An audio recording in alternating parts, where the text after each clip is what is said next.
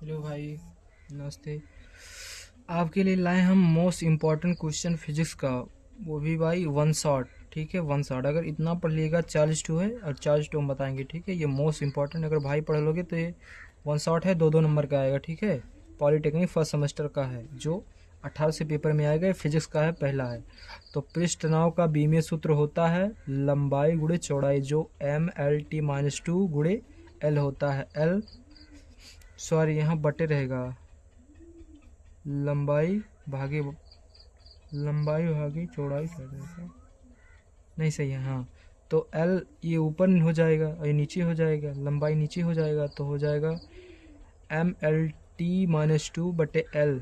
इसको दोनों हो जाएगा तो L1, ये हमेशा 1 0 होता है, L 0 और ऊपर -T। और निम्न में से कौन सी पदार्थ अधिक प्रत्यक्षा है? तो क्या होता है? स्टील, रबड़, कांच। क्या होता है? स्टील होता है सबसे अधिक।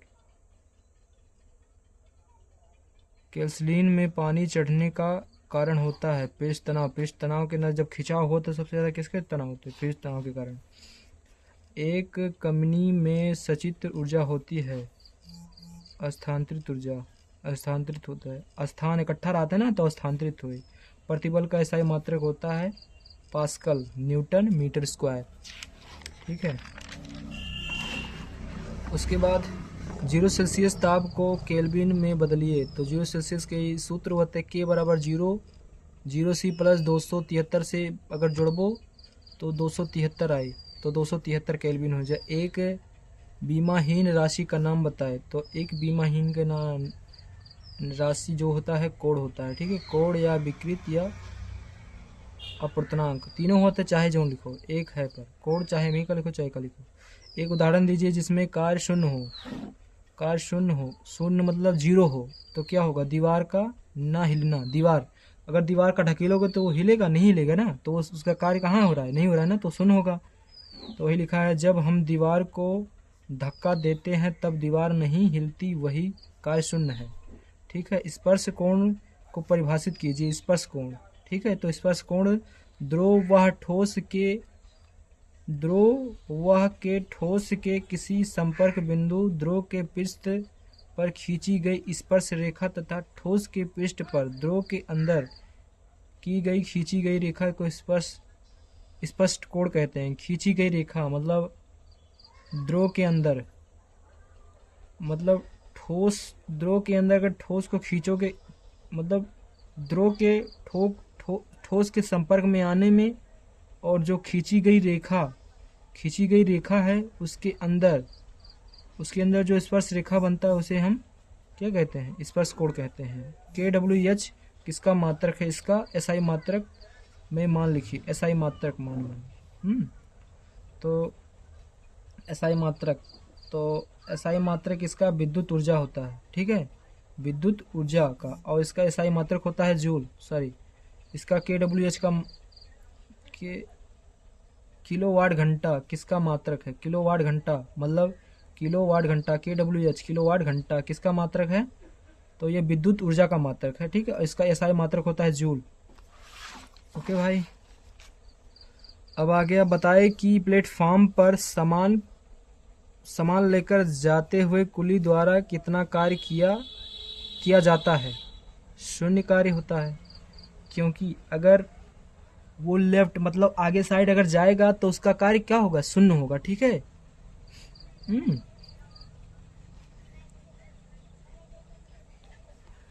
और यहाँ फिर बार बार देखो, क्या यह संभव है कि किसी पिंड का संवेग शून्य हो परंतु ऊर्जा शून्य न हो? तो उदाहरण, शून्य न हो, शून्य क्या? जमीन पर रखा एक बम के ऊर्जा कब्बो कम ना है। ठीक है, कभी संभव हो सकता है। क्या यह संभव है कि जब पिंड का संवेग शून्य हो, जब पिंड का संवेग होगा परंतु ऊर्जा शून्य ना हो? उदाहरण देखें तो उदाहरण, जमीन पर रखा एक बम विस्फोट होता शून्य रहता है ना, उसने थोड़ा नहीं रहता, शून्य रहता है। घर्षण बल द्वारा किया गया कार्य सदैव होता है प्लस, निगेटिव चार्ज मतलब ऋणात्मक। ठीक है,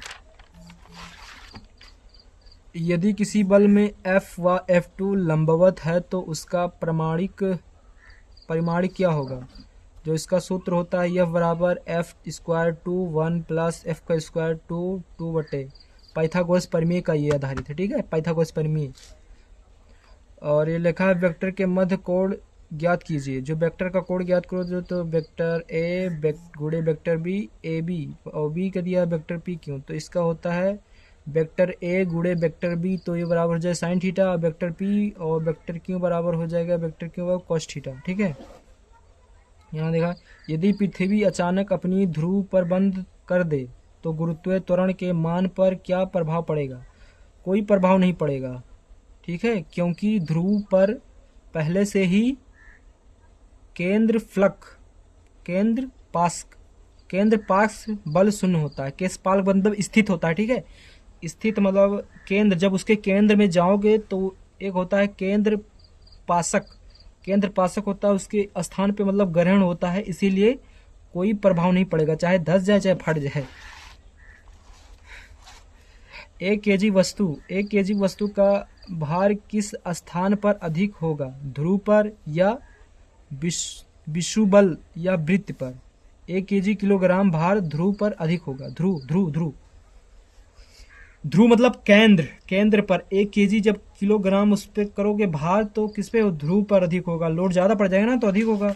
यदि अचानक गुरुत्वीय त्वरण जी समाप्त हो जाए तो क्या होगा? विनाश हो जाए भाई, विनाश काहे? अगर गुरुत्वीय त्वरण अगर नष्ट हो जाए, जी समाप्त हो जाए तो का अचानक फट के सीधे वायुमंडलीय में पहुंच जाए। जितना जल, महासागर, पृथ्वी, जितना सब कुछ है सब वायुमंडल में तैरबो, तैर का सांस नहीं पे तो खत्म, कहानी खत्म हुआ है और कुछ नहीं। अंतरिक्ष यान के भीतर सरल लोलक का आवर्तकाल क्या होगा? अनंत होगा भाई, क्योंकि अंतरिक्ष में अगर जो लगाए होते हैं मार्क्स और बाकी जो उनका सुरक्षा जो होता है वो अनंत होता है, क्योंकि अंतरिक्ष में गुरुत्वीय त्वरण नगण्य होता है। नगण्य होता है। ठीक है, नगण्य होता है। यहाँ चंद्रमा पर गुरुत्वीय त्वरण होता है, क्या होता है? पृथ्वी से कम होता है। पृथ्वी पर इसके मान से कम होता है। और का जब वहाँ कुछ होता है कम होता है। और का दर्शाइए कि कोणीय संवेग और फ्लंक नियतांक बीमा आवृत्ति ई होता है, वी से दर्शाते हैं, जो ये क्वांटम संख्या का सूत्र है। ई बराबर एच वी। ठीक है, ऊर्जा, ये ऊर्जा का है बीमीय, तो M L T square minus 2 आवृत्ति का होता है, वी से दर्शाते हैं, तो ई बराबर T M L T square T minus 2 और बटी टी 1, तो हो जाएगा एम एल के पावर 2 और टी के पावर 1। निम्नलिखित में से मूल मात्रक है। मूल मात्रक क्या होगा? सेकंड।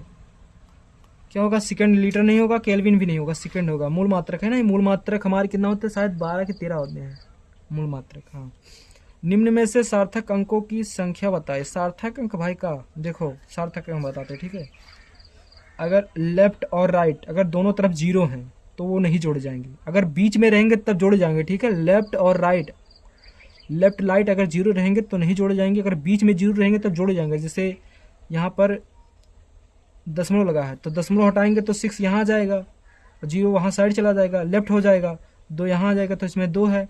इसमें देखो 2, एक लेफ्ट है और एक राइट है, तो इसमें 2 है, 2 सार्थक अंक है। इसमें भी 2 है, 0 इधर है राइट की तरफ है, और इसमें 3 सार्थक अंक है, 1 2 3, 3 सार्थक अंक। अगर इससे गुणा करोगे तो 0 0 0 हो जाएगा। 10 की पावर 27 बार करो, 0 0 हो जाएगा। और यहाँ देख लो, फिर आ गया 5। 1.06 मीटर व्यास वाले वृत्त के क्षेत्रफल की सार्थक अंकों की गणना कीजिए। इसका होगा, अगर गणना करेंगे जो बहुत भारी है भाई सवाल। ठीक है, 2 नंबर के लिए क्या इतना मेहनत करना, तो इसका डायरेक्ट लिख दोगे तो 1 नंबर अगर देना होगा तो दे देगा। तो इसका होगा a बराबर 0.88 मीटर स्क्वायर होगा। ठीक है, तो एक भौतिक राशि बताइए जिसका मात्रक बीमा नहीं है। बीमा जिसका नहीं होता, एक भौतिक राशि, भौतिक राशि में कितने होते हैं? 7 होते हैं भौतिक राशि। कौन होता है हमारे भौतिक राशि? द्रव्यमान होते हैं, विस्थापन होते हैं, विस्थापन और बहुत हैं, 7 भौतिक राशि होते हैं। एक भौतिक राशि बताइए जिसका मात्रक बीमा नहीं होता। किसका होता है? कोण का नहीं होता है। कोण और एक और है, पृथ्वी सतह पर गुरुत्वीय त्वरण का मान कहाँ पर न्यूनतम होगा? भूदय रेखा पर न्यूनतम होगा। ठीक है, भूदय, भूदय मतलब भूदय रेखा पर, भूदय मतलब समांतर, जब समान स्थिति में रहेगा भूदय होगा तो उस पर निश्चित रहेगा। ठीक है, न्यूनतम मतलब शून्य होगा, न्यूनतम। 1 किलोवाट घंटा का मान जूल में क्या होगा? इसका होगा 6.6 × 10⁻⁻6 जूल। ठीक है। सूर्य से उष्मा किस प्रक्रिया द्वारा पृथ्वी पर स्थानांतरित होता है? किस प्रक्रिया द्वारा? विकिरण के द्वारा भाई। जब प्रकाश पड़ेगा नहीं तो कहाँ से होगा उष्मा? जब सूर्य का प्रकाश पृथ्वी पर पड़ेगा नहीं तो कहाँ से स्थानांतरित होगा? तो किसके द्वारा होता है? विकिरण के द्वारा। दाब कैसा ही मात्रक होता है? पास्कल। भाई मेरे पास्कल होता है। एक समान वृत्तीय गति में कौन सी राशि नियत रहती है? चाल। चाल की नियत रहती है भाई। चाल का कोई नहीं पता। ठीक है, वो नियत ही रहती है। बल का कोई पता नहीं, त्वरण का भी कोई नहीं पता, वेग का भी नहीं, कोई नहीं पता इसका। ठीक है। किसी बल द्वारा किया गया कार्य हो सकता है? सभी हो सकते हैं। किसी बल द्वारा किया गया कार्य बल से धनात्मक भी हो सकता है, ऋणात्मक भी हो सकता है, शून्य भी हो सकता है, इसका कोई पता नहीं, तो उपयुक्त सभी होगा। ठीक है। और यहाँ देखो, यहाँ ये इंपॉर्टेंट है। ठीक है, ये 0.00000 जो भी है तथा 06.00010 की घात बनाना है ना, तो ये हो जाएगा। कई जीरो है? पहले जीरो जोड़ लो। 1 2 3 4 5 6 जीरो है तो यहाँ 6 हो जाएगा। 10 के पावर 6 कर दो बस, और ये आगे लिख दो। इसमें भी 6 है तो 6 के घात खाली करना है बस, और कुछ नहीं। प्रत्यावस्था से आप क्या समझते हैं? प्रत्यावस्था यह बताता है कि किसी पदार्थ या वस्तु को बाहरी बल लगाने पर वह अपने मूल स्थिति में आ जाता है। लवण। देखो, प्रत्यावस्था मतलब बताता है ये कि मतलब कोई बाहरी बल लगाया गया, कोई बाहरी बल लगाया गया, बाहरी बल।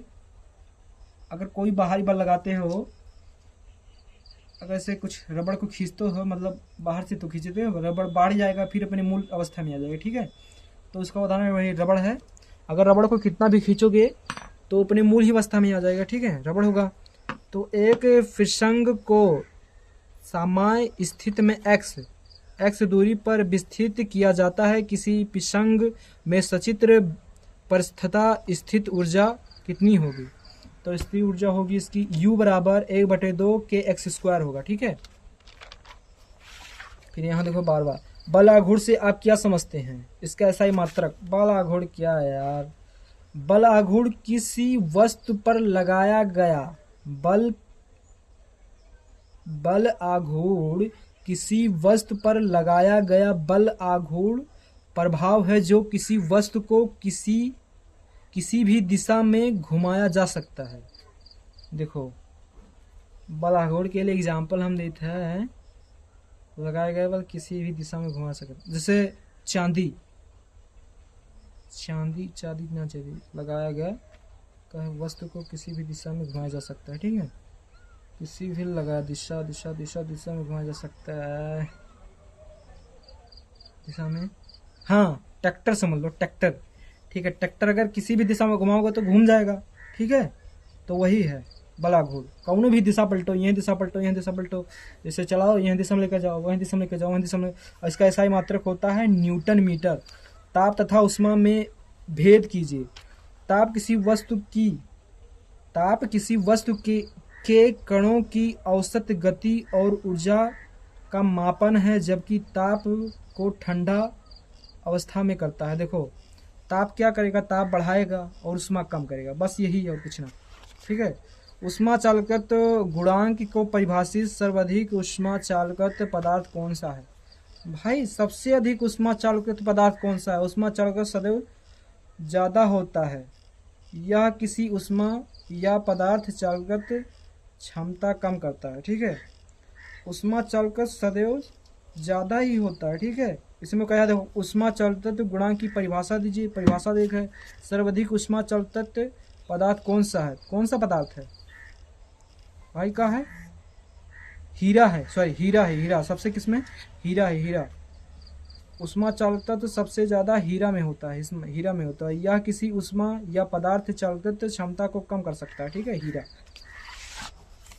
विशिष्ट उष्मा का ऐसा ही मात्रक लिखिए। विशिष्ट उष्मा का होता है m0L² - T(K0), इसका मात्रक होता है जूल प्रति किलोग्राम। और 20वां है जूल तथा कैलोरीन के मध्य संबंध लिखिए। संबंध क्या, एक कैलोरीन में 4.184 जूल होता है, ठीक है भाई। अगर अच्छा लगा तो प्लीज़ भाई सब्सक्राइब करना और लाइक करना प्लीज़ भाई, हमारा भी सपोर्ट करो भाई कि हम भी कुछ कर सकें, ठीक है भाई। धन्यवाद, आपका दिन शुभ हो।